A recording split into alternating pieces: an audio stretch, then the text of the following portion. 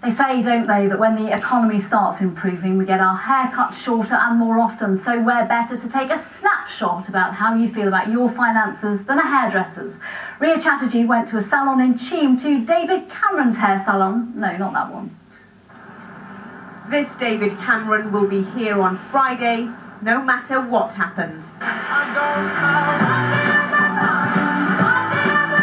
All businesses want real stability, and so that they can plan and feel secure with that, without any nasty shocks. So really I'm being quite happy with things, and I would just like to continue on the same path. I think it's almost a shame we have to have an election, actually. You're finding that you're really having to sit and think carefully about how you're spending your money. My money comes in and straight away it goes back out again. It's a bit of a waste of time going to work, to be honest. Having to have my mum put food in my cupboard, you know, having to borrow money from friends and family. There must be more than this. If the MPs out there were to live on benefits, I know they wouldn't survive. I manage because I make myself manage. I haven't had a proper holiday for quite a few years. Do you think reducing the deficit would mean more pennies in your pocket?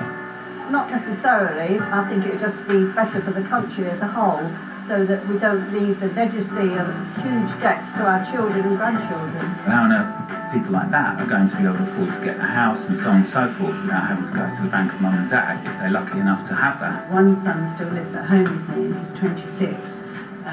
He has his own business, a window cleaning business, but he never has any money left over. He seems to live hand to mouth. What would you say is the most important election issue for you? Sacrifices that I have to make, leaving my daughter sometimes at 6 o'clock in the morning and not coming back until 6, 7 o'clock in the evening.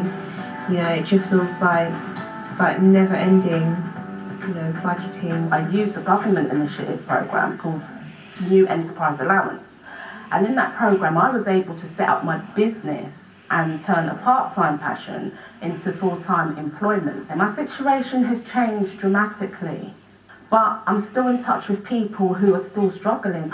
These people are juggling their own debts and deficits and balancing their own books.